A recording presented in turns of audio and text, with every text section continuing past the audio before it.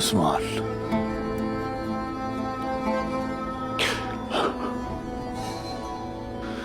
बताओ कैसे हुआ, मुझे बताओ, बोलो।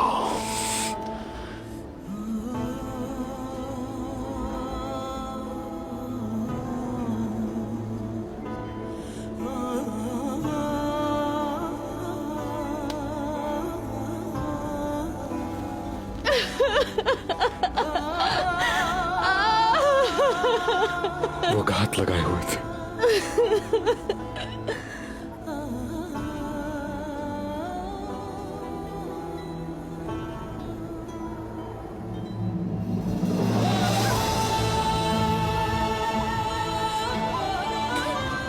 मैं और अब्बास पीठ से पीठ मिलाकर लड़े।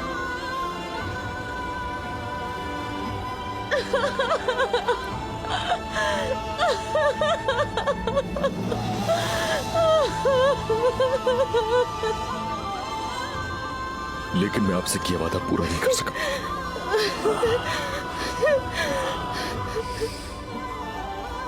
अब्बास को बचा नहीं सका।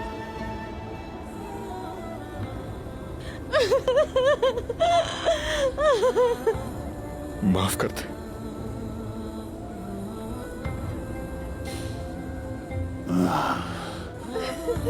माफ कर दे। जो भेड़ रेवड़ से जुदा हो जाए, उस भेड़ को भेड़िए खा जाते हैं। क्या ये बात हमने तुम्हें नहीं बताई थी उस्मान?